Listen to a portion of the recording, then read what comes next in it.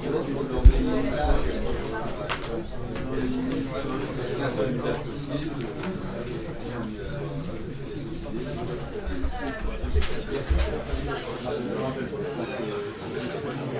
peut pas être autrement.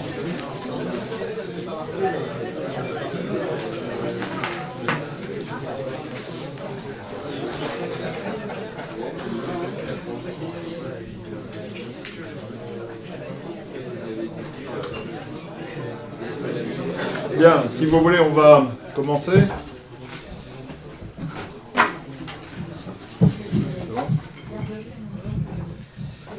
Je vous rappelle que la fois dernière, je vous avais, dans le cadre d'un propos introductif, présenté les deux dimensions de la règle de droit, vues du moins du côté du gestionnaire.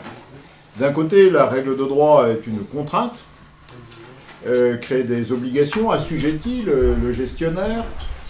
Alors, on avait examiné sur quoi, quel fondement reposait cette constatation.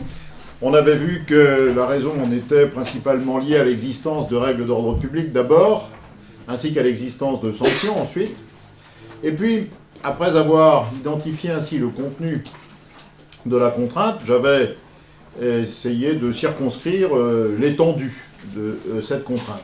Et je vous avais indiqué que la contrainte, en réalité, avait, au fil du temps, été en s'élargissant de manière, somme toute, assez constante. Ceci sous l'influence d'un certain nombre de facteurs, dont le plus important était, vous avais-je dit, la modification du rôle de l'État dans l'économie. Ceci étant, ce phénomène de contrainte, pour incontestable qu'il soit, rencontre aussi certaines limites que j'avais mises en relief, liées pour certaines d'entre elles à ce que l'on appelle l'existence de la soft law, d'un droit souple, et d'autre part, liées aussi à l'usage aussi répandu que aussi fréquent que possible dans le monde des affaires de l'habileté permise qui se distinguait donc de la fraude à la loi. Alors, aujourd'hui, on va aborder le deuxième volet, c'est-à-dire que l'on va aborder l'étude du droit en tant qu'il représente pour l'entreprise un vecteur de performance. Alors, pour comprendre comment le droit représente pour l'entreprise un vecteur, peut représenter en tout cas pour l'entreprise un vecteur de performance, il faut bien partir de cette idée de base selon laquelle toute décision de gestion, quelle qu'elle soit, du moins dès lors qu'elle est un peu significative, toute décision de gestion a nécessairement une composante juridique. Qu'il s'agisse de réaliser un investissement, qu'il s'agisse d'embaucher une personne, d'en licencier une autre, qu'il s'agisse d'exercer tout simplement l'activité en distribuant des produits, en achetant, toute décision de gestion a une composante juridique. Pourquoi toute décision de gestion a une composante juridique ? C'est une raison elle est extrêmement simple. C'est qu'une décision de gestion, elle va nécessairement créer pour les tiers des avantages ou des contraintes. Et dans la mesure où la décision de gestion crée des avantages ou des contraintes, eh bien nécessairement, on va avoir à un moment donné une composante juridique, parce que il va bien falloir, par exemple, définir le contenu de l'avantage. Il va falloir en circonscrire le périmètre. Il va falloir en garantir l'exercice.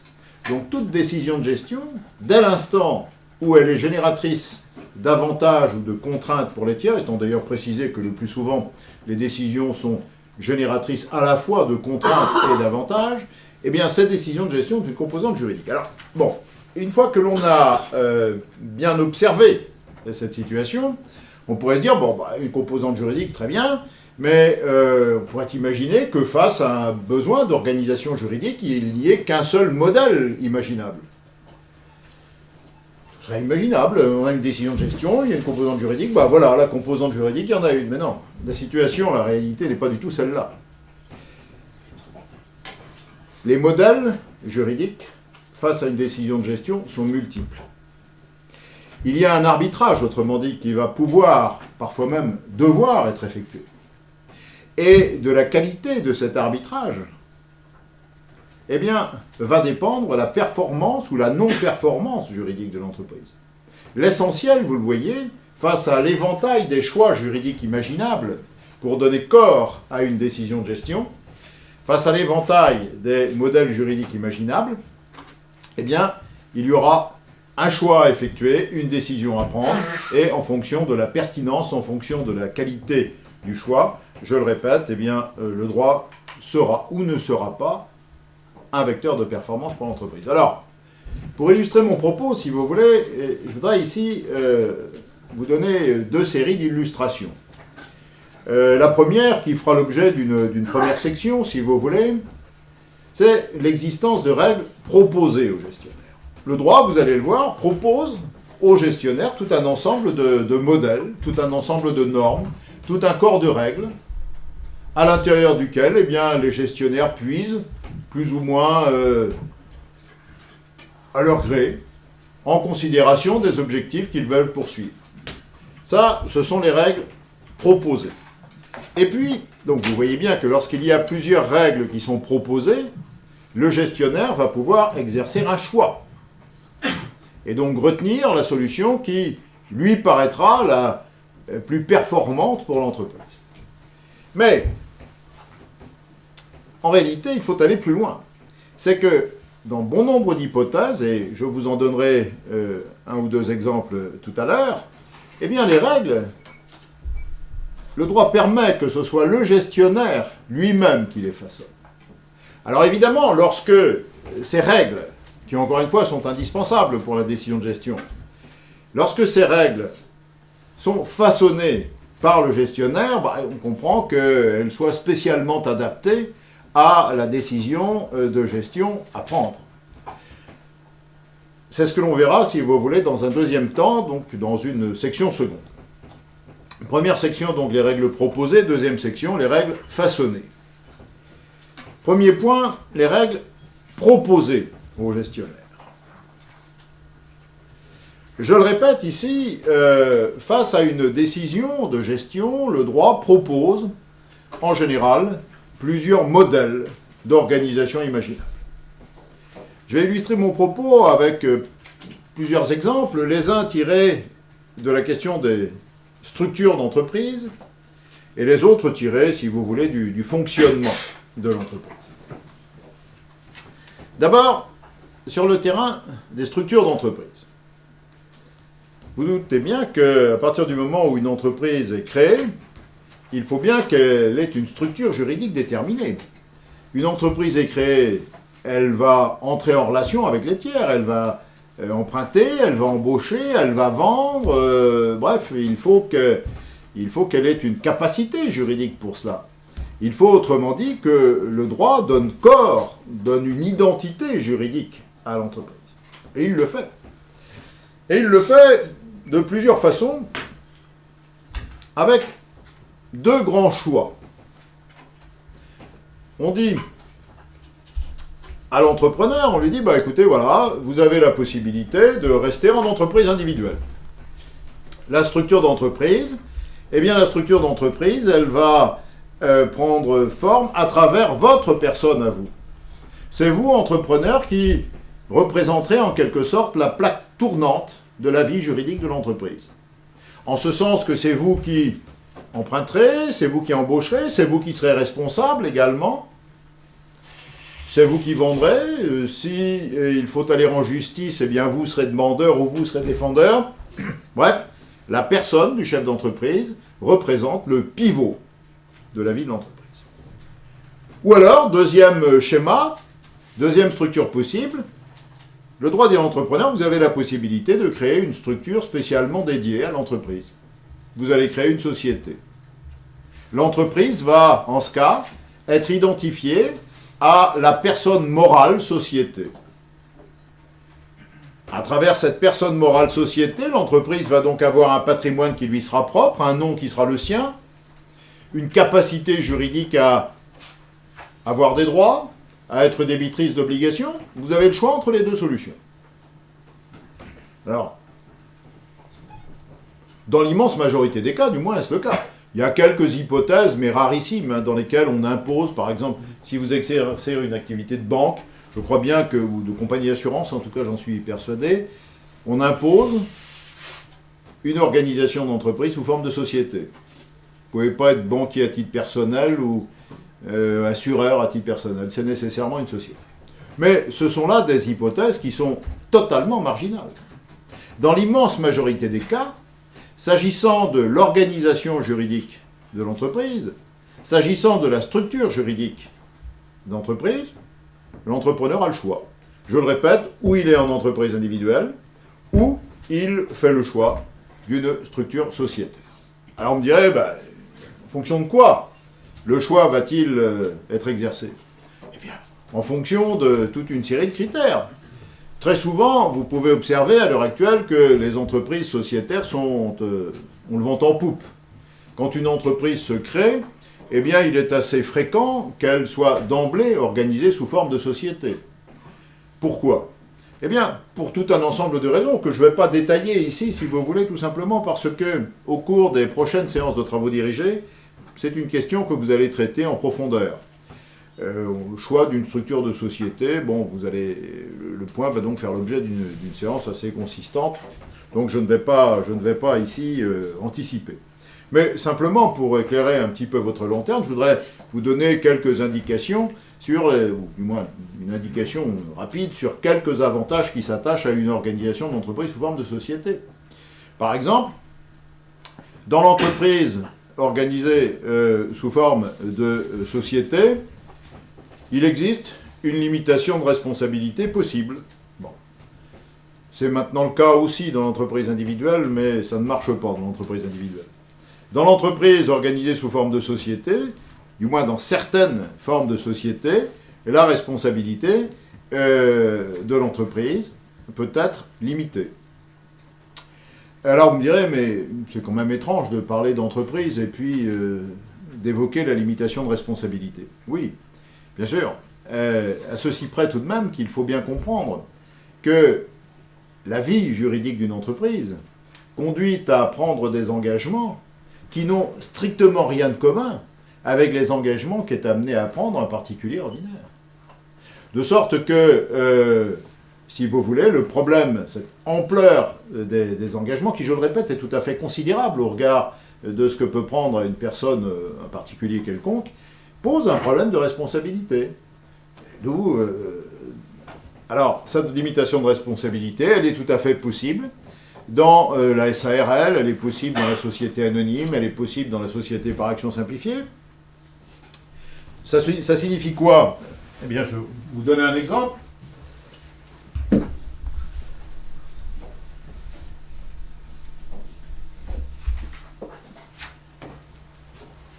Supposez une entreprise qui n'a plus d'actifs. Il n'y a plus rien à l'actif. Cette entreprise compte deux associés, A et B. A à 10%, B à 90%. Et il y a un créancier, C, à qui une somme de 1000, par exemple, ou 10 000 est due. Ce créancier, qui a une créance donc à l'égard de la société, et qui pourrait théoriquement se faire payer de cette créance sur l'actif, ne va rien obtenir en l'occurrence, dans la mesure où il n'y a rien à l'actif. Que va-t-il pouvoir réclamer à A? Que va-t-il pouvoir réclamer à B? Eh bien, si la société est une SARL, ou si la société est une société anonyme, la réponse est très claire, rien.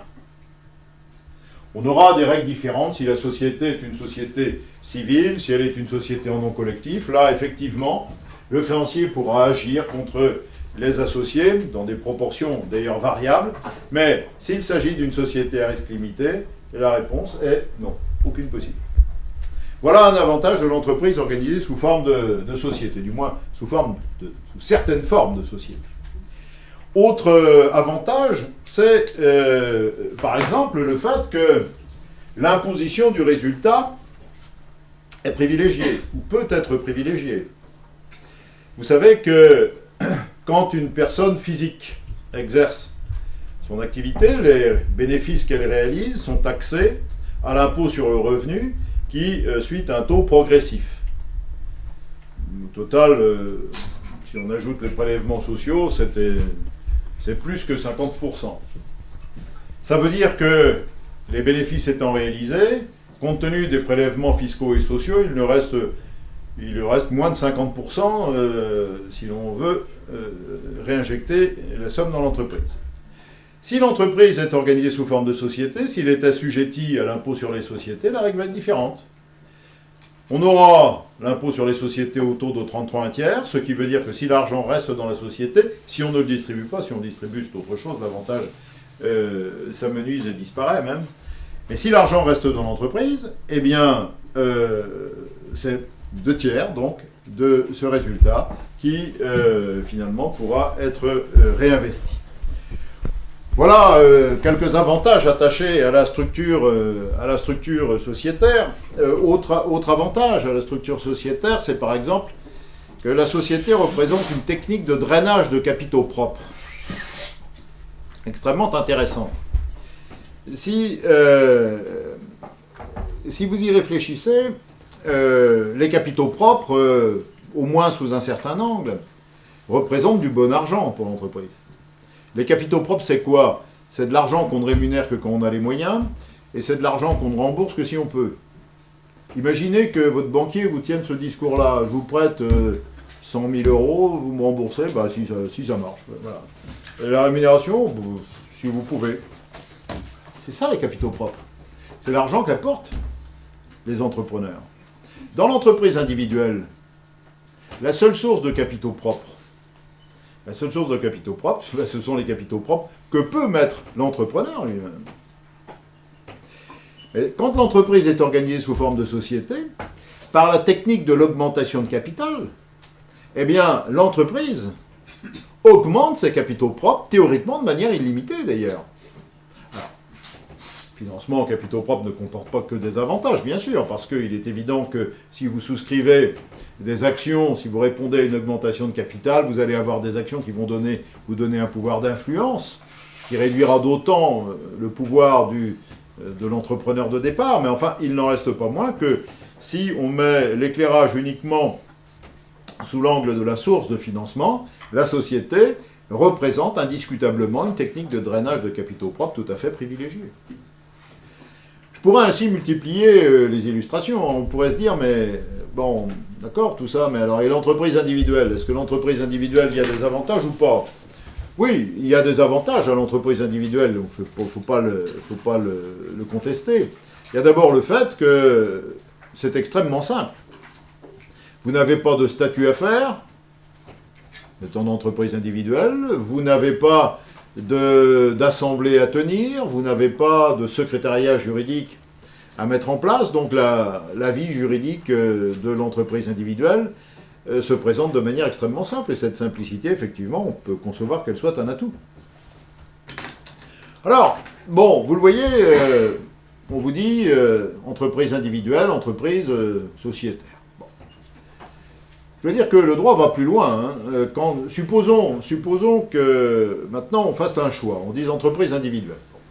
Eh bien, le droit ne s'arrête pas là, il vous dit, ah, vous faites le choix d'entreprise individuelle. Maintenant, vous avez le choix entre deux modèles. L'entrepreneur individuel classique et l'entreprise individuelle à responsabilité limitée. Alors, l'entreprise individuelle classique, c'est par hypothèse une entreprise à responsabilité illimitée. C'est d'ailleurs ce qui explique que quand un chef d'entreprise classique fait faillite, dans l'immense majorité des cas, il est ruiné, parce que la totalité de ses biens, non seulement les biens d'entreprise, mais également ses biens privés, sont affectés au règlement de ses dettes. Alors, depuis quelques années, le législateur a créé une variante, une entreprise individuelle à responsabilité limitée. Alors, je vous dis tout de suite, c'est bien dans les bouquins, mais ça ne marche jamais en pratique, ça. Pour une raison simple, c'est que c'est d'une complexité absolument rebutante au niveau du fonctionnement. Mais enfin, observez tout de même, on s'arrêtera là pour l'instant, observez tout de même que, s'agissant de l'entreprise individuelle, le droit ne répudie rien. Vous dites entreprise individuelle, c'est possible, et on vous donne, vous avez le choix entre deux structures, entreprise individuelle classique ou entreprise individuelle à responsabilité limitée. Si vous faites le choix maintenant d'une entreprise organisée sous forme de société, eh bien là aussi on va vous mettre face à une gamme au sein de laquelle vous pourrez exercer votre choix. Parce que pour m'en tenir aux sociétés commerciales, par exemple, vous avez les sociétés en nom collectif, vous avez la société en commandite, vous avez les sociétés par action simplifiée, la société anonyme, vous avez la SARL. Bon, alors, en fonction, là encore, vous le voyez, en fonction des objectifs particuliers que poursuivra tel ou tel gestionnaire, eh bien, il sera plutôt orienté vers une structure à risque limité, du style SARL ou SAS, ou il sera à l'inverse, peut-être plutôt orienté vers une formule où la responsabilité des associés est lourde, du style sociétaire non collectif. Bon. Ce qu'il est essentiel à cet endroit d'observer et de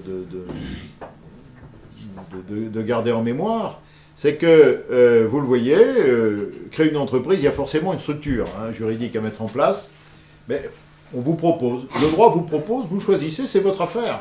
Il est tout à fait rare, je le répète, que le droit impose un mode juridique d'organisation précis.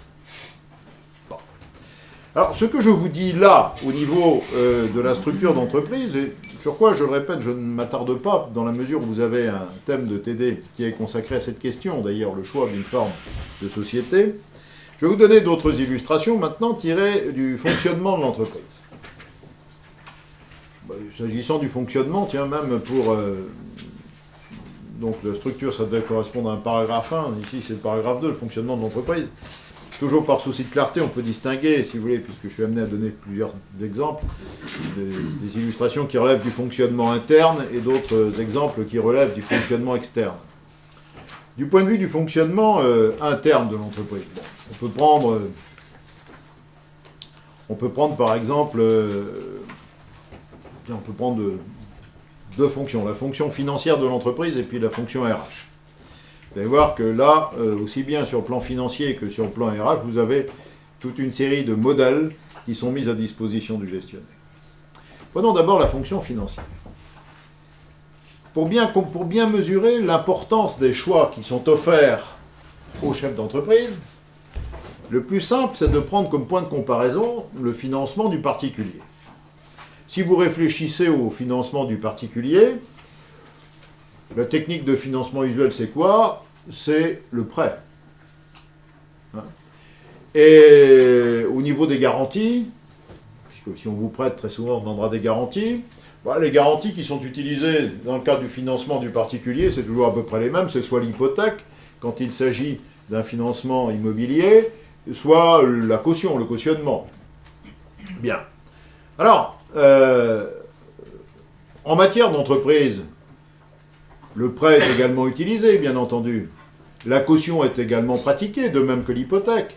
Mais ce qu'il faut bien voir, c'est que le droit a mis en place tout un cortège de mécanismes multiples visant à faciliter le financement des entreprises. Ceci se vérifie aussi bien au niveau des techniques même de financement qu'au niveau des garanties. Si vous prenez la technique de financement, bon, je répète, il y a le prêt, bien sûr, il y a le prêt. Mais on utilise d'autres techniques de financement. Par exemple, l'augmentation de capital que j'évoquais tout à l'heure. Et s'agissant du prêt, d'ailleurs, en matière d'entreprise, on a même des variantes, puisque vous avez le prêt classique, mais vous avez également l'emprunt obligataire. Et vous avez d'autres techniques qui sont apparues aussi avec les entreprises. Par exemple, le financement par voie de crédit bail. On appelle le leasing, autrement. Une manière de financement qui consiste, si vous voulez, en une sorte de bail longue durée assorti d'une promesse de vente par la suite. D'ailleurs, certains particuliers utilisent aussi le crédit bail pour certains financements. Mais ce qu'il faut bien voir, c'est que, originellement, le crédit bail est né des besoins de financement des entreprises. Donc, vous le voyez, au niveau des techniques de financement, le monde des entreprises est infiniment plus avantagé que le monde des particuliers. Le législateur a été soucieux, est régulièrement soucieux de faciliter l'accès des entreprises au financement en multipliant les modèles, en multipliant les techniques. Même chose pour les garanties. À l'instant, je vous parlais du cautionnement, je vous parlais de l'hypothèque. Je vous disais que pour les entreprises, cela se pratique également. Mais il y a beaucoup d'autres techniques de garantie que le droit a mis au point pour les entreprises. Je vais vous en citer quelques-unes. Par exemple, le nantissement de fonds de commerce. Alors ça, c'est quelque chose d'assez curieux, le nantissement de fonds de commerce. C'est né comment, ça? Un brin d'histoire. Ce n'est à la fin du 19e siècle, le commerce connaissait un peu de prospérité, et les commerçants étaient désireux d'emprunter pour rénover leur boutique. Désireux d'emprunter, mais évidemment, se posait la question des garanties qu'ils étaient susceptibles de consentir. L'hypothèque, généralement, ça ne marchait pas, parce qu'il fallait être propriétaire de l'immeuble, ils n'étaient pas propriétaires immobiliers, ces commerçants. Le cautionnement, bien sûr, ça pouvait marcher, mais ces gens-là n'avaient ni dans leur relation, ni dans leur cercle familial, de gens suffisamment aisés pour pouvoir valablement se porter caution. Donc, quelle technique de garantie pouvait-on imaginer? Il n'y en avait aucune. Il y avait bien le gage, mais tel que le gage ou nantissement, mais tel que le gage était organisé à l'époque, il supposait toujours dans une certaine configuration, la mise en possession du créancier, c'est-à-dire c'est un petit peu comme les techniques du mont-de-piété où on emprunte et puis vous mettez un bien, si vous voulez, en gage, voilà. Bon, là, le fonds de commerce mis en gage entre les mains du créancier, mais ça n'avait pas de sens. Ça n'avait pas de sens. Il va de soi que si le commerçant emprunte, c'est pour exploiter son fonds de commerce, c'est pas du tout pour remettre ce fonds entre les mains du banquier. D'ailleurs, il n'y a pas de banquier suffisamment stupide pour prendre... Donc ça ne marchait pas. Et on a créé, justement, vous le voyez, pour permettre à ces commerçants d'accéder à un financement, on a créé ce qu'on appelle le nantissement sur fonds de commerce. C'est-à-dire la garantie est prise uniquement par une inscription au registre du commerce et des sociétés, mais la condition de mise en possession du créancier n'est pas requise. Le fonds est grevé, le fonds est affecté en garantie, n'importe qui peut le savoir, il suffit de consulter le registre du commerce, mais il n'y a pas de mise en possession. Voilà. D'autres techniques de garantie, d'ailleurs, ont été utilisées, ont été mises au point. Par exemple, prenez la cession de créance, voilà. La cession de créance à titre de garantie. Les cessions de créance d'Ailly, comme on les appelle, du nom du promoteur du système, qui était sénateur et un esprit assez ingénieux. D'Ailly, D-A-I, 2-L-Y. Et l'idée, c'est tout simplement de considérer que les créances, parce que compte tenu des crédits fournisseurs, de la pratique du crédit fournisseur qui existe quand même beaucoup en France, les entreprises sont titulaires de créances qu'elles vont recouvrer dans 15 jours, dans 3 mois, etc. Bon, c'est un véritable avoir, c'est un actif, et donc il peut servir d'assiette à une garantie. Eh bien, on l'utilisait déjà, je dois dire, à travers la pratique que l'on appelait celle de l'escompte d'effets de commerce, c'est-à-dire un banquier se faisait remettre des effets de commerce attribués à la contre-valeur aux commerçants et se faisait payer in fine par le tiré. Mais ces effets de commerce, ça marchait plus ou moins, et en particulier, ça ne pouvait pas être utilisé lorsque le débiteur était une collectivité publique. Par le système d'Ailly, si vous voulez, la cession de créance, il est devenu possible de se servir d'un portefeuille de créances comme assiette de garantie. Vous voyez donc sur le plan de la fonction financière, vous avez un investissement à faire. Cet investissement, vous voulez le financer. Vous n'avez pas l'argent, ou même si vous l'avez, vous ne voulez pas utiliser le cash qui est à votre disposition. Comment allez-vous faire? Est-ce que vous allez faire un emprunt? Est-ce que vous allez faire une augmentation de capital? Est-ce que... Bon, vous avez toute une série de possibilités. Est-ce que vous allez prendre un crédit bail? Eh bien, en fonction de la situation qui sera la vôtre, des contraintes auxquelles vous serez confrontés, vous allez être orienté vers tel ou tel autre système de financement. Même observation en ce qui concerne la garantie. Voilà, sous l'angle du fonctionnement interne, la fonction financière. Maintenant, si je prends la fonction personnelle, on a à peu près un phénomène semblable. Par exemple, s'agissant des salaires, il y a des salaires, bon, on va pas vous parler des salaires, mais vous avez des textes qui ont organisé un système de participation des salariés. Bon, système de participation des salariés, vous pouvez faire participer ou pas, enfin, dans certains cas, il y a une obligation d'ailleurs, mais s'agissant de cette participation, le droit l'a envisagé sous deux aspects. La participation au résultat de l'entreprise et la participation à la gestion des entreprises.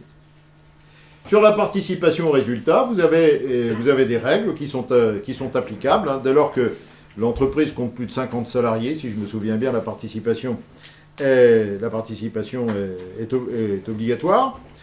Et dans ce cas-là, les entreprises et les salariés peuvent établir un accord de participation.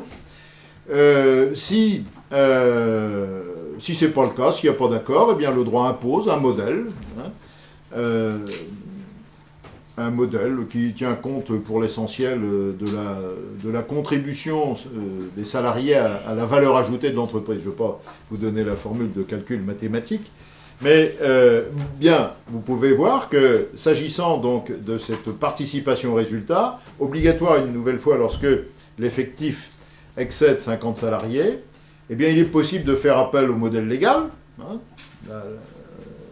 la formule classique de participation, ou alors d'avoir un accord propre à l'entreprise, qui sera valable dès l'instant où il est supérieur, qui définira la règle. S'agissant maintenant de la participation à la gestion, c'est un peu la même chose. La même chose étant précisée tout de même que la loi n'impose rien à ce stade-là. Mais s'agissant par exemple des sociétés anonymes, les textes permettent d'avoir un conseil d'administration composé, au moins en partie, d'administrateurs salariés. Quand je dis d'administrateurs salariés, ce n'est pas les représentants du comité d'entreprise qui assistent aux délibérations du conseil d'administration. Hein? Non, c'est pas ça. Désigner un salarié en tant qu'administrateur, on va confier les fonctions de management, on va confier les fonctions d'administrateur à un ou plusieurs salariés. Alors pour ça, il faut que les statuts les prévus, mais vous voyez, la chose là aussi est possible. Voilà quelques illustrations que je pouvais vous donner sous l'angle du fonctionnement interne. Je vais vous donner maintenant d'autres illustrations tirées, quant à elles, du fonctionnement externe de l'entreprise. Deux types d'exemples. Premier exemple, l'entreprise en litige. L'entreprise est en litige avec, que sais-je, un fournisseur ou un client, enfin bon, voilà. Est-ce qu'il y a des modalités originales de règlement des litiges? Alors, quand il s'agit des particuliers, imaginez que vous ayez un litige, quelle va être la juridiction compétente? Ça dépend. Si c'est un litige qui vous oppose à votre employeur, ce sera le Conseil des prud'hommes, et uniquement le Conseil des prud'hommes. Enfin, on réserve le fait d'un appel éventuel si la décision des conseils des prud'hommes ne vous satisfait pas ou ne satisfait pas votre employeur. Mais voilà, il n'y a pas d'alternative véritable. Même chose en ce qui concerne les litiges privés. C'est le tribunal d'instance ou c'est le tribunal de grande instance qui tranchera le litige. Qu'en est-il en matière commerciale? Eh bien, en matière commerciale, bien entendu, on peut aussi avoir recours aux juridictions étatiques. C'est le tribunal de commerce qui, dans l'immense majorité des cas, tranchera le différend, tranchera le litige, rendra une décision. Mais on peut avoir une alternative à la juridiction étatique. On peut avoir une alternative à la juridiction étatique à travers ce que l'on appelle les clauses d'arbitrage, ou ce qu'on appelle aussi les clauses compromissoires. Alors, vous me direz, c'est quoi les clauses compromissoires? Eh bien, la clause compromissoire, c'est la clause d'un contrat en vertu de laquelle, si un litige, en vertu de laquelle les parties au contrat, imaginez un contrat de vente d'avion, voilà. Clause du contrat en vertu de laquelle, si un litige ou plusieurs litiges divisent les co-contractants, eh bien ce litige sera tranché non pas par une juridiction étatique, sera tranché non pas par le tribunal de commerce, mais sera tranché par une juridiction arbitrale. Juridiction arbitrale, c'est quoi? Une juridiction arbitrale, ce sont des juges privés. Concrètement, dans l'immense majorité des cas, ça se passe comme ça. Une des parties au litige nomme son arbitre, l'autre partie au litige, l'autre co-contractant, si vous voulez, nomme également son arbitre, et les deux arbitres qui ont été désignés nomment un troisième, qui complète et préside la juridiction arbitrale. Et ne vous méprenez pas, c'est pas du tout de la médiation. C'est de l'arbitrage en ce sens que le litige va être tranché. Le tribunal arbitral donnera raison à l'un ou à l'autre, ou aux deux, dans des proportions différentes peut-être, mais le litige sera définitivement tranché. Alors, vous me direz, mais ça, c'est pas possible. La clause compromissoire, dans les contrats privés, c'est interdit. Alors, vous me direz, mais quels sont les avantages de l'arbitrage? Pourquoi, dans les entreprises, on... Alors, il y a plusieurs raisons à ça. Il y a d'abord le fait que, très souvent, ça va permettre d'aller vite. L'arbitrage a des vertus de célérité tout à fait remarquables. J'ai évoqué avec vous la fois dernière la longueur de certaines procédures judiciaires, plusieurs années. Eh bien, en matière d'arbitrage, on peut avoir un litige tranché et définitivement tranché en l'espace de quelques mois, en l'espace de 6 mois ou d'1 an ou plus. Pourquoi? Tout simplement parce que les parties, dans la clause compromissoire, ont pu dire que il n'y avait pas de recours possible. Le tribunal arbitral statuerait en premier et dernier ressort. Bon. Alors évidemment, l'avantage, c'est qu'il y aura une décision arbitrale, elle sera ce qu'elle sera, mais il n'y aura pas de recours, pas de voie d'appel, enfin, sauf une voie tout à fait marginale. Donc vous le voyez, premier avantage, c'est quand même la rapidité. Deuxième avantage, c'est aussi une certaine confidentialité. Il y a des litiges en matière commerciale dont il est inimaginable qu'ils soient tranchés par des juridictions étatiques. Si vous prenez par exemple Renault qui sous-traite les freins de la Clio, là, bon, imaginez que le sous-traitant soit défaillant. Est-ce que vous imaginez que Renault poursuivrait ce sous-traitant devant le tribunal de commerce de Paris? Sûrement pas. À 20h, on dira les Clio ne freinent pas. Donc, pour autant, il est inimaginable que le litige ne soit pas tranché. Eh bien, l'arbitrage, sous cet angle-là, sera quelque chose d'extrêmement intéressant parce que le litige sera tranché, mais dans le même temps d'une manière confidentielle. Autres avantages, si vous voulez, puis un avantage assez simple aussi, l'arbitrage, c'est que, en règle générale, l'arbitrage est bien vu par les entreprises dans la mesure où elles choisissent leur juge. Chacune des parties choisit un arbitre, et c'est les deux arbitres désignés qui nomment le troisième. Donc, les parties ont plus confiance, de manière générale, dans des juges qu'ils ont peu ou prou choisis que dans des magistrats étatiques. Bon, voilà ce qui peut expliquer, si vous voulez, que l'arbitrage, finalement, soit une solution qui fonctionne assez bien. Alors, vous me direz, mais pourquoi comment se fait-il que les entreprises aillent toujours encore au tribunal de commerce, ou tout au moins dans un certain nombre d'hypothèses? C'est que l'arbitrage n'a pas non plus que des avantages. Il y a un inconvénient majeur. L'arbitrage, c'est le coût. Lorsque vous saisissez une juridiction étatique, bien sûr, vous payez les avocats, vous payez les huissiers, mais vous ne payez pas les juges. Quand il s'agit de solliciter des arbitres, eh ben, il faut payer les arbitres. Et donc c'est évidemment une source de coûts significative, au point que, si vous voulez, on ne peut pas imaginer que les petits litiges classiques, fréquents, que l'on peut avoir dans une entreprise soient tranchés tous par voie d'arbitrage, parce que bien souvent le coût de la procédure excéderait notablement le montant des enjeux, si vous voulez. Alors ça explique que, vous le voyez, l'arbitrage ne soit utilisé que pour des litiges significatifs, c'est-à-dire des litiges qui effectivement impactent lourdement au moins l'une des entreprises. Vous le voyez là aussi, en matière de technique de règlement des conflits, eh bien, le droit a multiplié la gamme des possibilités offertes aux entreprises. Même chose quand les entreprises sont en difficulté. Là, je ne vais pas m'attarder non plus parce que le dernier TD portera précisément sur les entreprises en difficulté. Mais il faut savoir que quand une entreprise a du mal, en particulier, à payer ses créanciers, eh bien, le droit met à sa disposition tout un ensemble de procédures imaginables.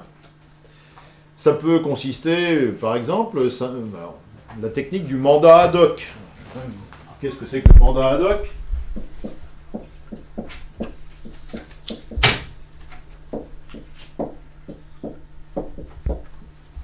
C'est un mandataire, hein, une personne qui est désignée par le tribunal à la demande d'un débiteur en difficulté, le plus souvent. Et, eh bien, personne n'est ainsi nommé, une espèce de monsieur bons offices, si vous voulez, qui va essayer de trouver un terrain d'entente avec le créancier, obtenir des délais de paiement, obtenir une remise partielle, etc. Bon, technique du mandat ad hoc, voilà. C'est quelque chose de simple. Vous êtes un chef d'entreprise, vous êtes confronté à des difficultés un peu préoccupantes en matière de trésorerie, vous avez un créancier qui crie famine. Bon, bah, si vous n'êtes pas suffisamment convaincant par vous-même, vous pouvez avoir l'idée de demander au tribunal de désigner un mandataire ad hoc. Vous pouvez également utiliser une autre procédure. La procédure que l'on appelle la procédure de conciliation, qui est une procédure un petit peu plus lourde, mais qui présente aussi un certain nombre d'avantages. Et puis si effectivement la situation commence à se dégrader de manière très significative, il n'y a plus seulement un créancier, enfin vous avez des difficultés à payer tous vos créanciers, bon là vous avez des procédures, mais procédures qui elles aussi sont multiples. Vous avez la procédure de sauvegarde, qui est une procédure qui a été introduite maintenant il y a quelques années en France, mais à côté de la procédure de sauvegarde, vous avez des procédures classiques, de redressement judiciaire, de procédure de liquidation judiciaire. Vous voyez donc que pour une situation d'entreprise en difficulté, eh bien, la loi met en place tout un ensemble de mécanismes, et à vous, évidemment, en fonction de la nature des difficultés que vous rencontrez, en fonction de l'audience que vous souhaitez donner à ces difficultés, eh bien, vous allez retenir et mettre en œuvre telle procédure plutôt que telle autre. Voilà donc ce sur quoi je voulais attirer votre attention donc, dans un premier temps, les règles proposées. On veut des propositions, souvent extrêmement nombreuses. Il vous appartient de faire le bon choix. Et dès l'instant où vous aurez fait justement le choix le plus pertinent, eh bien, ça sera évidemment un élément de performance pour l'entreprise. Ceci dit, même si l'existence de modèles préétablis contribue à la performance de l'entreprise, on atteint beaucoup plus la performance, évidemment, lorsque le législateur nous dit, bah écoutez, la règle, vous allez vous-même la construire.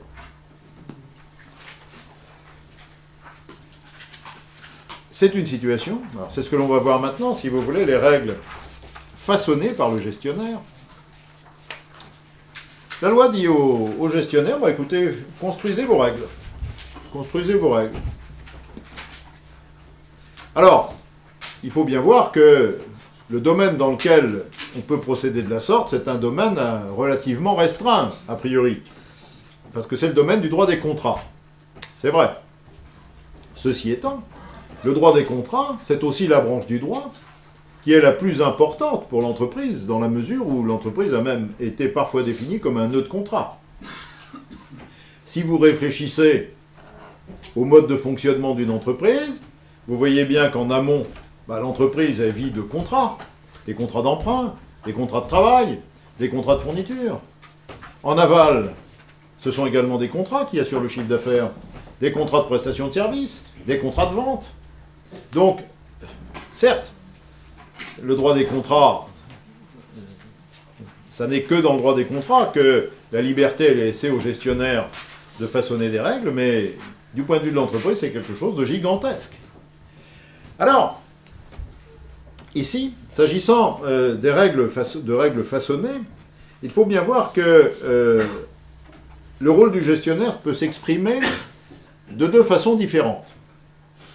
Avec de façon différente, de façon plus ou moins radicale d'ailleurs. La première chose, ou ce que peut faire le gestionnaire d'abord, c'est aménager ce qu'on appelle des contrats nommés. Je vais vous dire ce qu'on entend par un contrat nommé. La loi nous dit, vous pouvez tout à fait aménager des contrats nommés. Mais la loi dit aussi, parfois, vous pouvez façonner tous les contrats que vous voulez. C'est-à-dire, vous pouvez élaborer des contrats innommés. Donc, le rôle créateur, si vous voulez, du gestionnaire, contributeur à la performance juridique, peut s'exprimer pleinement, soit dans l'aménagement de contrats nommés, soit dans la construction, dans l'élaboration de contrats innommés.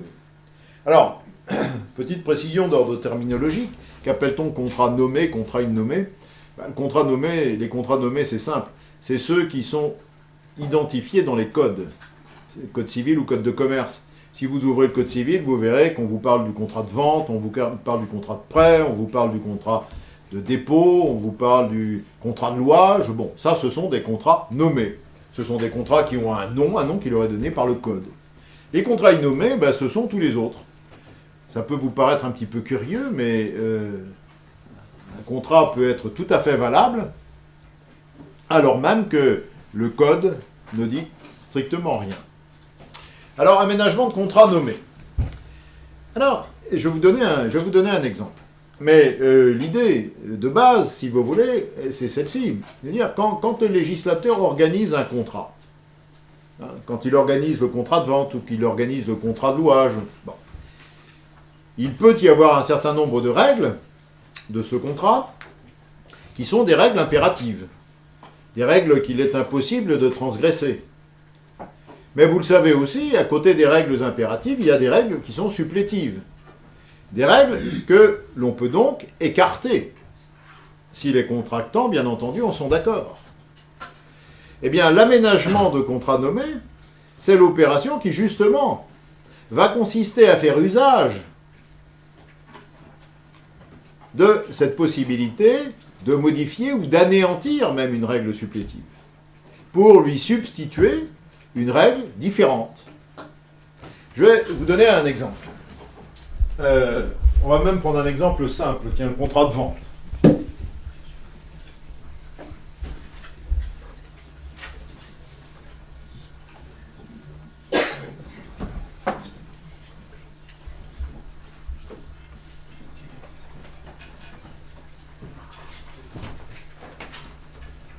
On va supposer,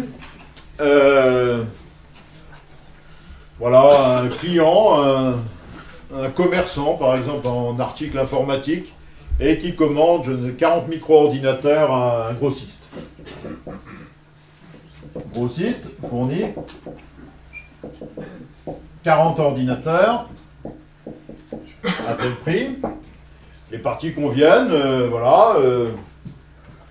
Le détaillant dit, bon, je commande 40 ordinateurs de telles caractéristiques, paiement sous 90 jours, par exemple.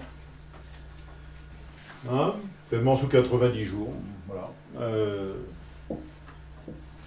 Donc voilà, on a notre commande, hein, qui est faite par mail ou par fax. Le grossiste répond, il dit d'accord, voilà, la vente est faite. Le contrat de vente est fait. Et avec un paiement à 120 jours, J plus 120, mettons 90 jours. 90 jours, très bien. Ça, ce sont des marchés, tout ce qui est de plus banal, tout ce qui est de plus classique.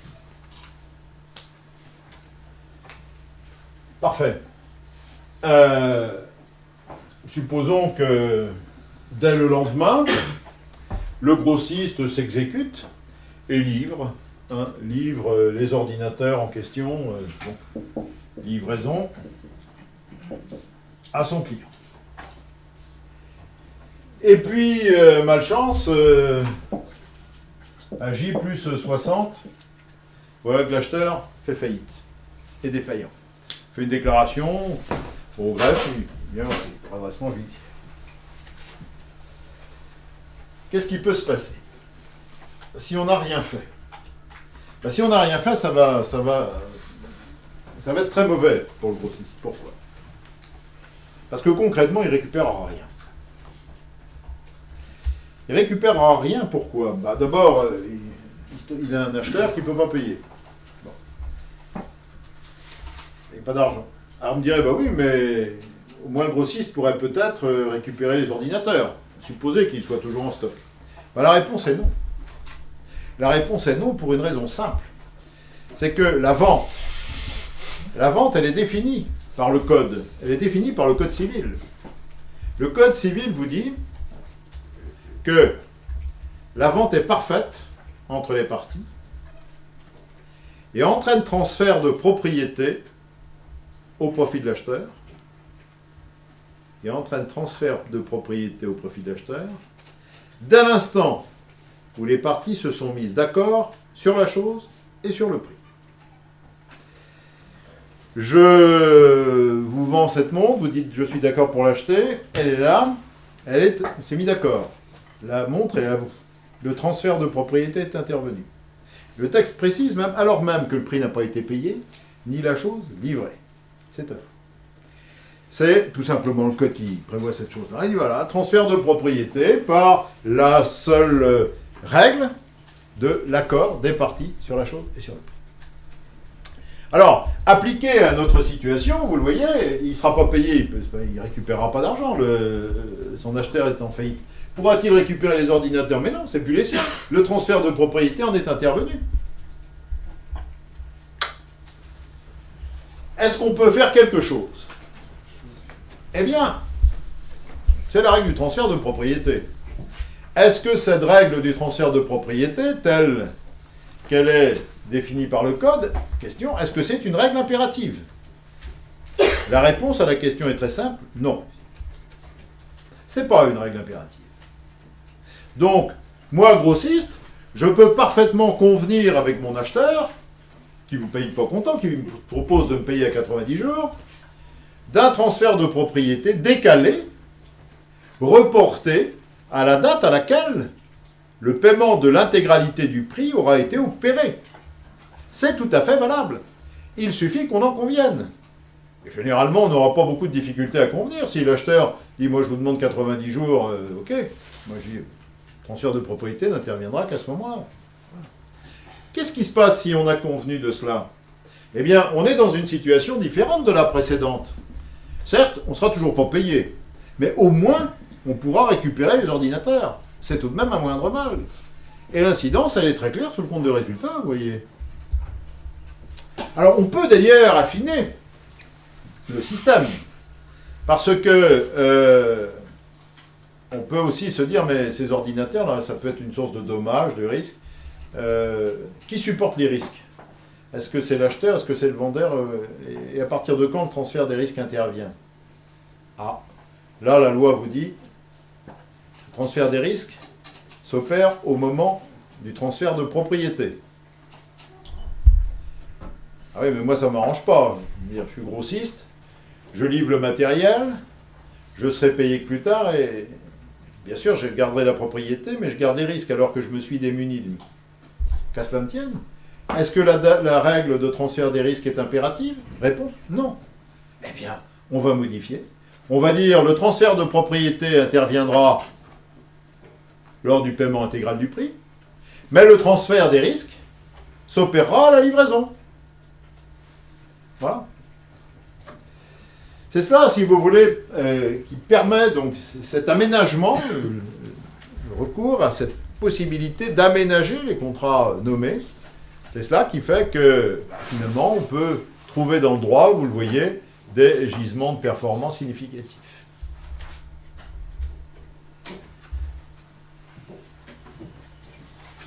Aménagement de contrats nommés. Maintenant, élaboration de contrats innommés. Élaboration de contrats innommés.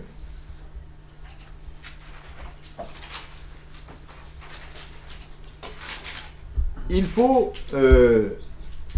absolument ôter de votre esprit l'idée très répandue selon laquelle un contrat n'est valable que si la loi le prévoit. C'est pas ça du tout le principe. Le principe, c'est le principe inverse. En France, comme dans la plupart des pays libéraux, la règle est que tout ce qui n'est pas interdit est autorisé. Tout contrat qui n'est pas interdit est permis.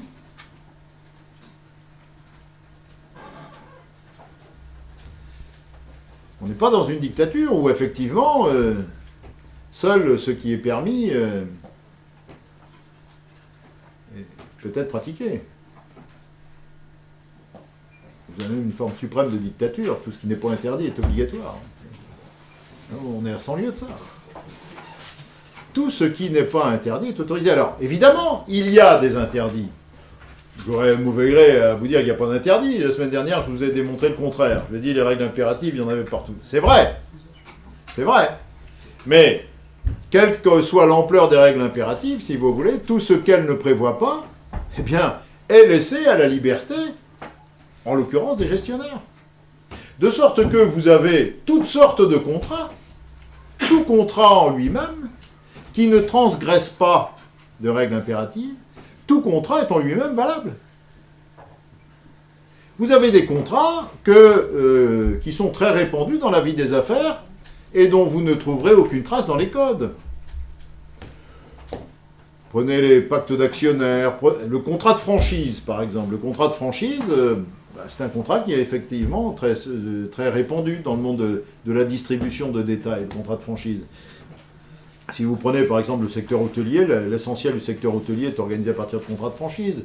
Dans la restauration, c'est assez largement, c'est très répandu. Vous prenez McDo, la brioche dorée, tout ça, c'est de la franchise.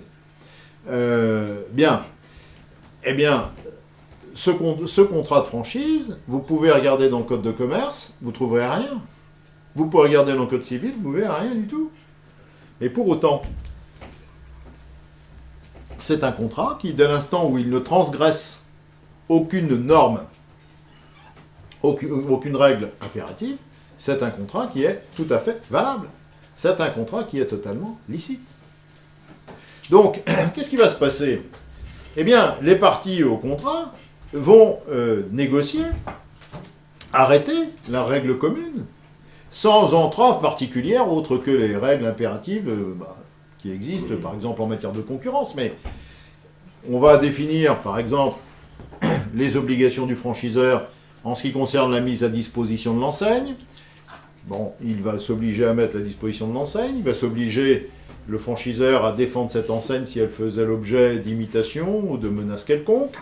Bien, il va définir, ce franchiseur, une assistance qu'il va donner au franchisé au démarrage du point de vente, en cours de vie du point de vente.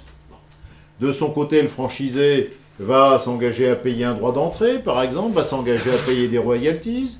Alors, quel est le montant des royalties? Est-ce que c'est un montant en pourcentage? Est-ce que c'est un montant forfaitaire? Est-ce qu'on prévoit un montant dégressif en fonction de l'ampleur du chiffre d'affaires fait par le franchisé, etc. La rémunération, elle est payée sous quelle forme? Elle est payée dans quel délai? Quelles sont les sanctions applicables si elle n'est pas payée?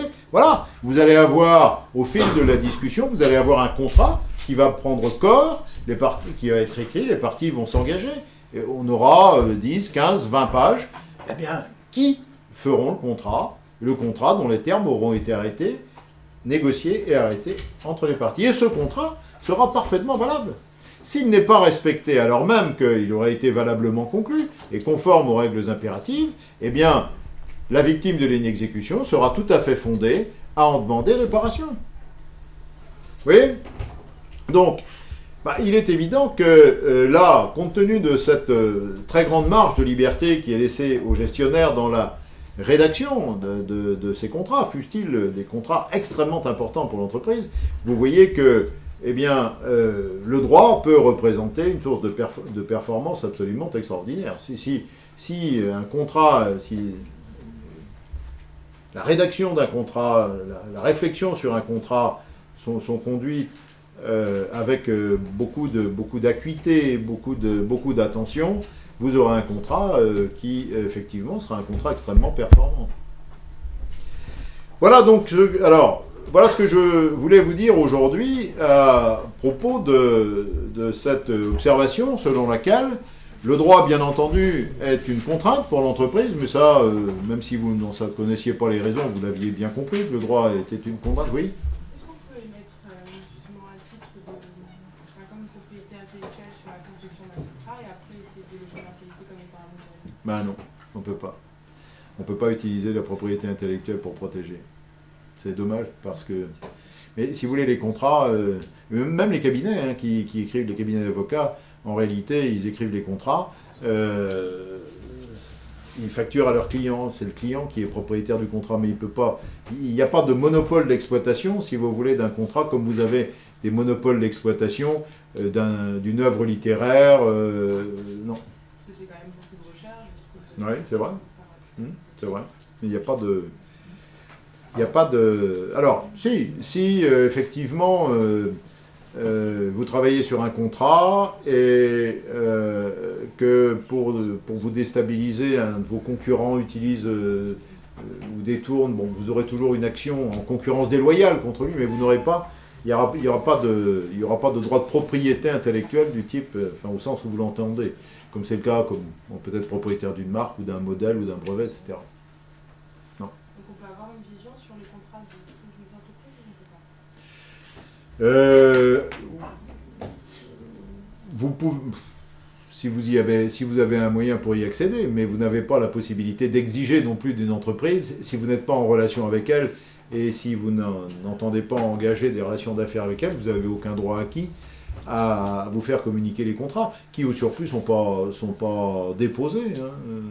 Non. J'ai répondu ? Autre question ? Bien. Alors,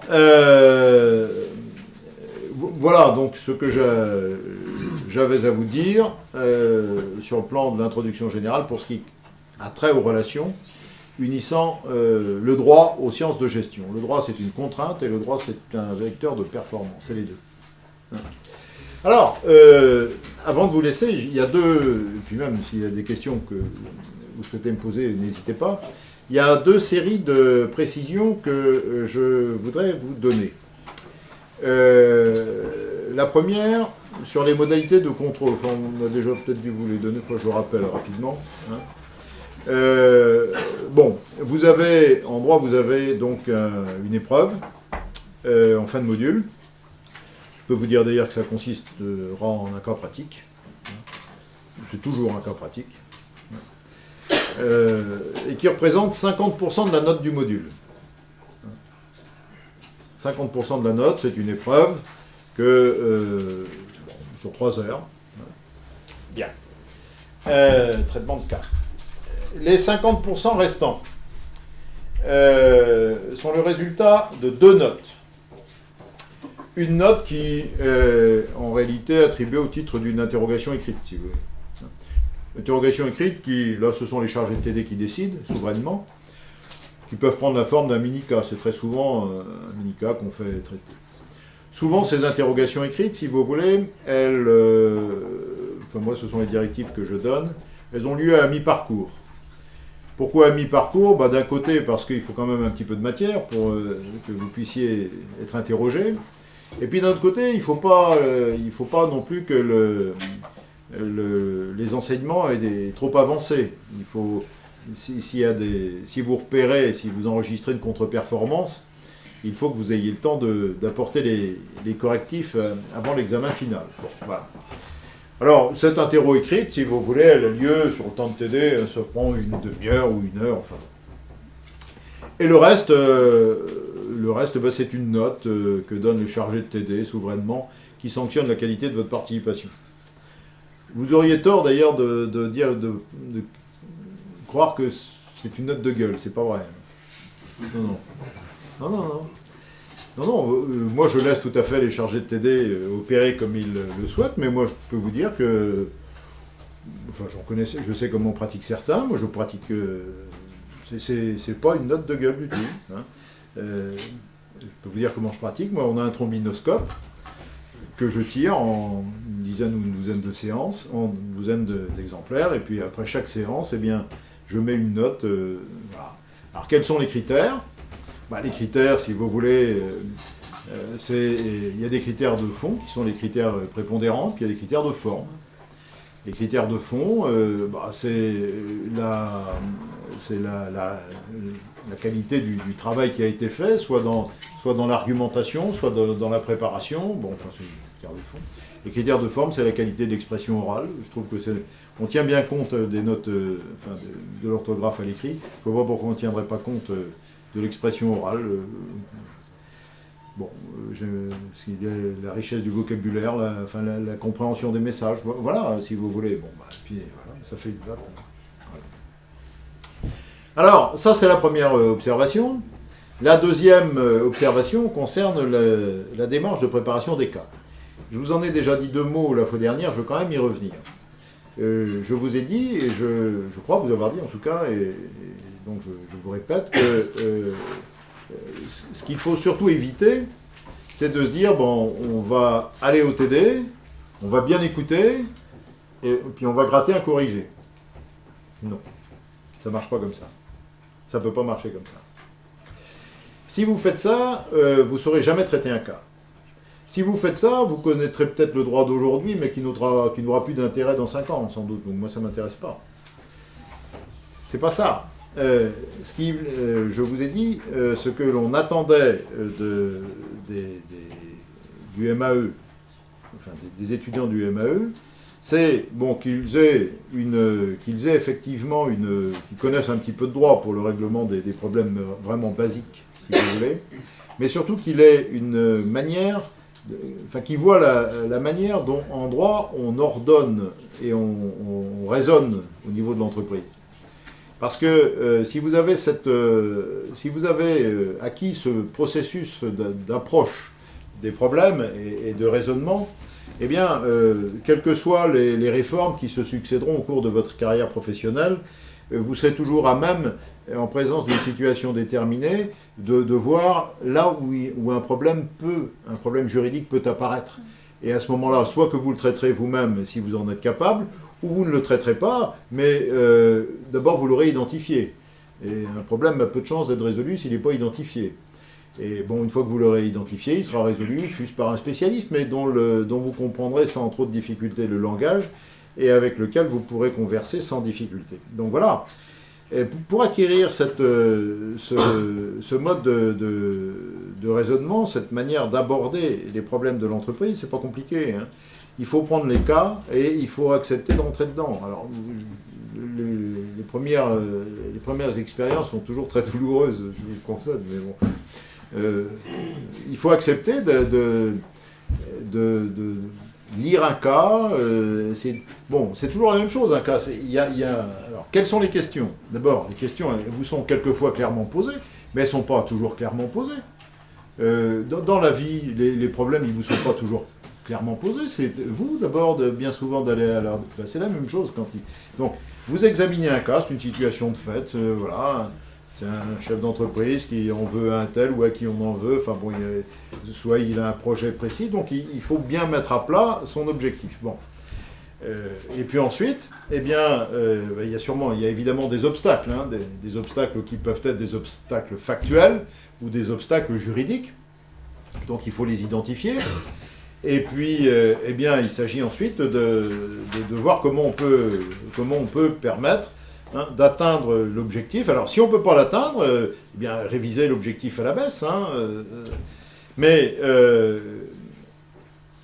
pour atteindre l'objectif, justement, il y a du droit. Il n'y a pas que du droit. Il y a aussi beaucoup de bon sens. Hein. Vous avez les ouvrages. Vous avez la documentation spécifique, et il s'agit tout simplement de progresser dans l'analyse en faisant toujours, si vous voulez, une espèce d'aller-retour entre la situation de fait qui nous livre les objectifs à atteindre ou les freins, et puis la règle de droit, et progresser comme cela. Alors, les 2 ou 3 premières fois, vous allez évidemment être dérouté, désarçonné, mais ça ne va pas durer très longtemps. Et ensuite, vous verrez comment, au niveau du TD, comment fonctionne votre chargé de TD. Vous entrerez dans une compréhension de ce qu'il y a. L'idéal, si vous voulez, la séance de TD, elle n'est pas là pour vous apprendre des choses, elle est là pour faire le débriefing d'un cas. Le débriefing d'un cas que vous aurez bossé préalablement. Alors vous allez me dire, bah oui, mais on a tellement de choses. Je connais bien le discours, mais ça me laisse froid, non, hein. il s'agit de faire du droit pour vous d'une manière qui soit utile. Et je répète, si vous ne respectez pas cette règle-là, si vous ne faites pas les efforts demandés, vous aurez une déconvenue. Hein. Donc je voulais quand même vous le dire dès le début. Voilà. Est-ce qu'il y a des questions? Oui? L'examen final, on aura 3 heures, ça sera divisé, il y aura un cas qui traitera aussi bien du droit fiscal que la société. Ouais. Ouais. Oui, si vous voulez, j'ai segmenté le droit fiscal et ce que je fais pour des raisons un petit peu de pédagogie, si vous voulez. Mais vous avez pu constater, mais vous allez en faire une vérification beaucoup plus claire dans les prochaines séances. Les questions de fiscalité et de droit sont toujours mêlées. Hein. Vous faites une distribution de dividendes, mais distribution de dividendes, est-ce que l'IS a été prépayé? Vous voyez, c'est bon. Le paramètre fiscal, regardez, vous faites un investissement, vous achetez des biens toutes taxes, est-ce que vous allez pouvoir déduire la TVA? Bon, ça a des implications financières assez fortes. Bon, donc, alors, tout problème de droit ne comporte pas forcément un volet fiscal, si vous voulez. Hein, mais dans les cas qu'on vous soumet, ordinairement, il y a toujours de la fiscalité. Par exemple, il y a une cession de part, bon, il y a des droits d'enregistrement, oui, enfin, il y a tout. J'ai répondu? Autre chose? Oui?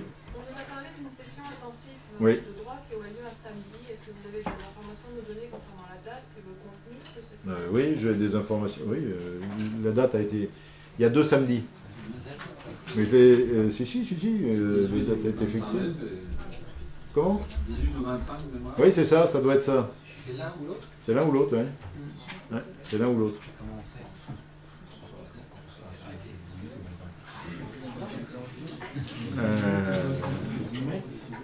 Je suis pas capable de vous dire. Je suis pas capable de vous dire, mais je vous ferai donner la réponse quand même. Hein. Alors, cette session intensive, oui, c'est une session, on l'appelle intensive, elle est sur 4 heures. Hein. Elle est consacrée aux entreprises en difficulté. Et si vous voulez, elle est intensive dans la mesure où il s'agit de brasser à nouveau, à travers le prisme des entreprises en difficulté, un certain nombre de connaissances que vous avez pu acquérir comme ça, mais que vous avez pu acquérir de manière segmentée pour des raisons pédagogiques. Hein. Regardez, vous avez eu les biens, vous avez les contrats, choix d'une forme de société, machin, etc. Tout ça, c'est bien découpé. Mais dans la vraie vie, c'est pas découpé comme ça. Hein. Les problèmes, ils sont de droit civil, de droit des biens, de droit pénal, de droit des sociétés, que sais-je. Bon.